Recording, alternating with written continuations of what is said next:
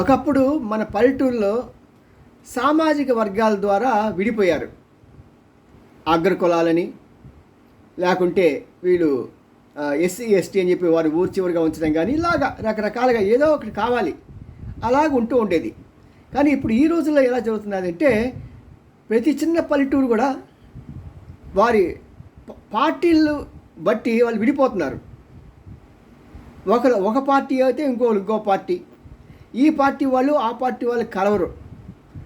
ఈ మధ్య దీని యొక్క తీవ్రస్థాయి ఎలా వచ్చిందంటే ఆ ఇంటి మీద కాకి ఈ ఇంటి మీద వాడటానికి కూడా వీలు లేదు అని అనేంత తీవ్ర స్థాయిలోకి వచ్చేసారు.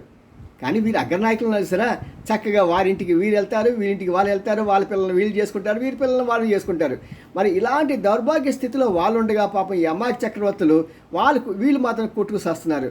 సమాజం బాగుపడాలంటే ఈ యొక్క దుర్గుణం, ఈ విభజన పోవాలి. ముందుగా గ్రామీణ ప్రాంతాల వాళ్ళు దీన్ని చూసుకోవాలి, కాపాడుకోవాలి.